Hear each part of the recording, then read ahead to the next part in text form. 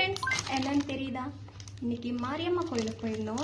அங்கே வந்துட்டு நான் பின்னாடி தான் நிற்பேன். ஒரு 5-6 ஃபேமிலி பிரசாதம் செஞ்சாங்க. நான் பின்னாடி நிற்பேன். ஆனால் எனக்கு ஃபஸ்ட்டு வந்து கொடுப்பாங்க பிரசாதம்.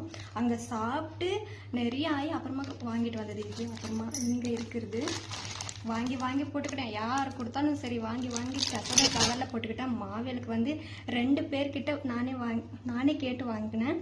அப்புறமா மாரியம்மா கிட்ட வந்து இந்த பூ வச்சுருந்தாங்க. இதுவும் நானே எடுத்துக்கிட்டேன். வளையல் போட்டுட்டு வந்தேன்.